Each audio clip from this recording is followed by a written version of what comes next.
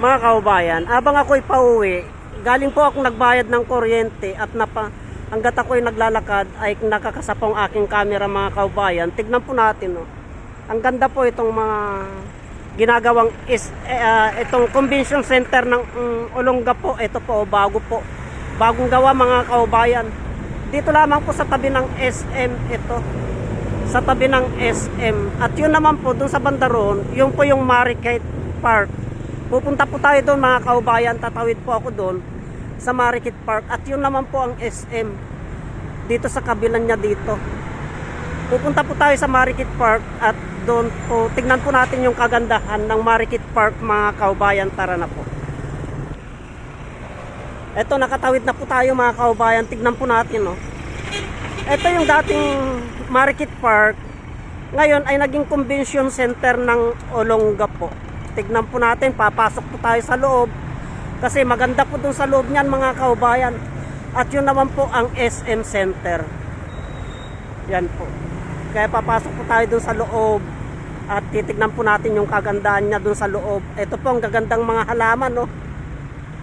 Ang linis po mga kaubayan, no.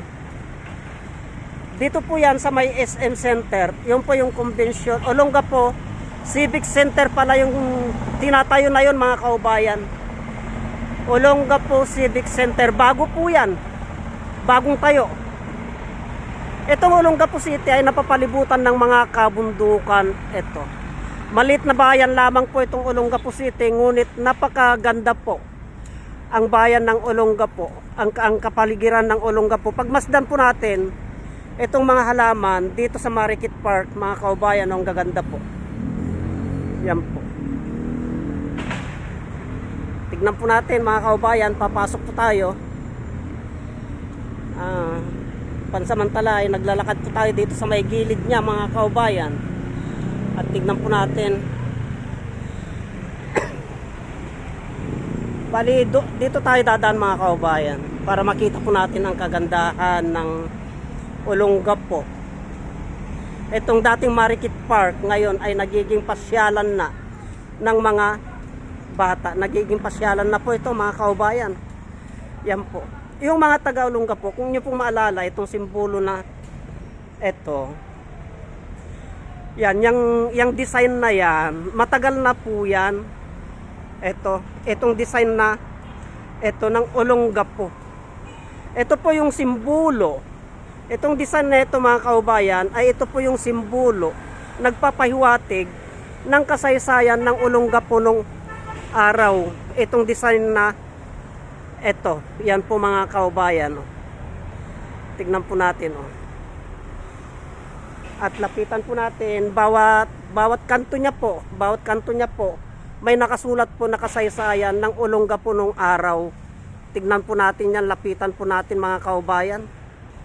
Lapitan po natin mga kaubayan at basahin po natin kung ano ang linalaman.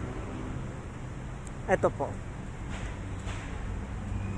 Ayan po mga kaubayan, no.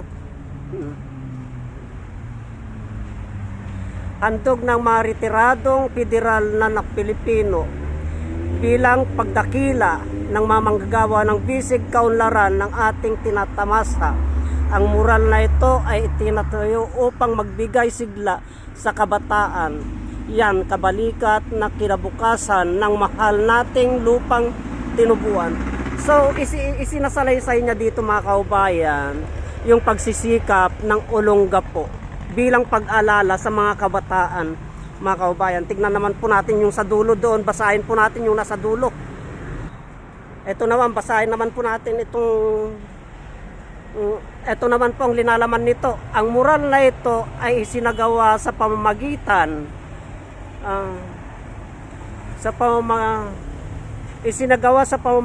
ng magkasalin na sikap ng pamahalaang lungsod ng Olongapo at ng National Association of Retired Federal Employees Olongapo Chapter 15. Ngayong September 6, 1976, ito ay bahagi ng pangkalahatang palatuntunan ng pamahalang lungsod tungo sa kaayusan, kagandahan ng mga liwasan at upang itaas ang antas ng kaunlarang pangkultura. So ito mga kaubayan ay sinasalaysay niya kung paano nabuo na gumanda itong Olongapo, yung pinagmulan niya na kahirapan nung unang panahon pa ng mga kano dito mga kaubayan. Yan po, isinasalaysay niya po dyan mga kaubayan, kaya iikot po tayo at titignan naman po natin. Ito na po, ang ganda na po mga kaubayan. Yan po.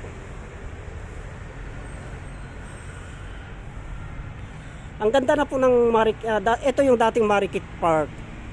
Ngayon naging convention center at pasyalan na po mga kaubayan. Dito na po ginaganap yung kung may mga okasyon ang mga pamalang lungsod ng Olongapo dito. Kung may mga okasyon ay dito po ginaganap mga kaubayan. Kaya kahanga-hanga po yung mga taga-pamahalaga, yung mga taga-pangasiwa ng lugar na ito, kasi napaayos nila ng husto.